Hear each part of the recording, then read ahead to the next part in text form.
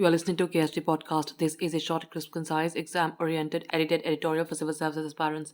In this podcast, we are going to talk about IPEF Ministerial Summit. Source for the content is Business Standard. The first in-person Indo-Pacific Economic Framework, or IPEF, Ministerial Summit in Los Angeles concluded on 9th of September 2022 with a consensus from the partner countries on ministerial statements for each of the four IPEF pillars. Secretary of Commerce Gina M. Raimondo and United States Trade Representative Catherine Tai hosted counterparts from the 13th Indo-Pacific Economic Framework for Prosperity, that is IPEF, partner countries, representing over 40% of the global economy at the first official in-person ministerial meeting. The ministers had positive and constructive discussions and announced a substantial milestone in the pursuit of a high standard and inclusive economic framework. The framework will advance resilience, sustainability, inclusiveness, economic growth, fairness, and competitiveness for the partner economies. Through IPEF, the partners aim to contribute to cooperation, stability, prosperity, development, and peace within the region. The framework will also offer tangible benefits that fuel economic activity and investment, promote sustainable and inclusive economic growth, and benefit workers and consumers across the region. The 14 IPEF partners represent 40% of the global GDP and 28% of global goods and services trade. IPEF, a group of 13 countries, is a multilateral economic framework. Since its launch in May 2022, IPEF countries have engaged in intensive discussions to scope out each pillar of the framework. Among the four pillars in the trade pillar, the IPEF partners will seek high standard provisions in areas that are foundational to resilient, sustainable, and inclusive economic growth, including labor, environment, digital economy, agriculture, transparency, and good regulatory practices, competition, inclusivity, trade facilitation and technical assistance, and economic development, the U.S. Department of Commerce said. The United States and the IPEF partners will seek high standard provisions that benefit workers and ensure free and fair trade that contributes to promoting sustainable and inclusive economic growth and that meaningfully contribute to environmental protection. In the supply chains pillar, the countries will seek to coordinate actions to mitigate and prevent future supply chain disruptions and secure critical sectors and key products for arm manufacturers.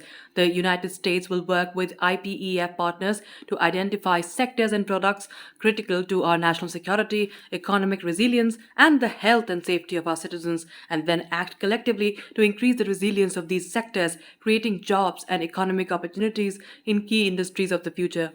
In the clean economy pillar, the countries will seek to expand investment opportunities, spur innovation, and improve the livelihoods of citizens as the partners unlock the region's abundant clean energy resources and substantial carbon sequestration potential.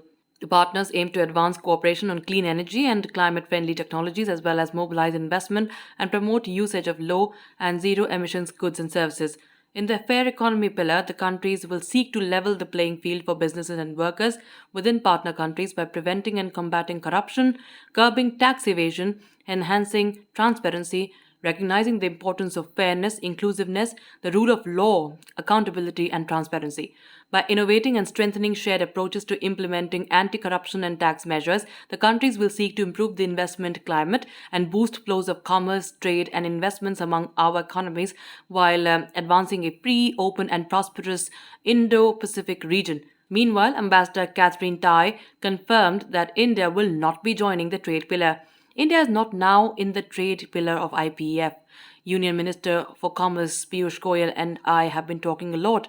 We have our bilateral structure, the Trade Policy Forum, which should be meeting by the end of this year again, and we cover the same issues in that bilateral channel. And Minister, we are very close touch, Tai said. India stands for its independent trade policy and added that before going ahead with joining the trade pillar of IPEF, New Delhi will observe the pros and cons of binding commitments. Union Minister for Commerce and Industry Piyush Goyal said that a robust Indo-Pacific Economic Framework for Prosperity is being proposed to be presented soon in Parliament, and India will take its decision on different aspects based on the national interest. Goyal said that India is a big provider of technology services to US companies, and a robust framework is being proposed to be presented to Parliament soon. India is looking to have contemporary and modern laws in the digital world while maintaining high levels of data privacy. The Indo-Pacific Economic Framework for Prosperity was launched jointly by the USA and other partner countries of the Indo-Pacific region on the 23rd of May 2022 in Tokyo. India joined the IPEF and Prime Minister Narendra Modi attended the launch event along with the US President Joe Biden, Japanese Prime Minister Kishida Fumio, and other leaders from partner countries.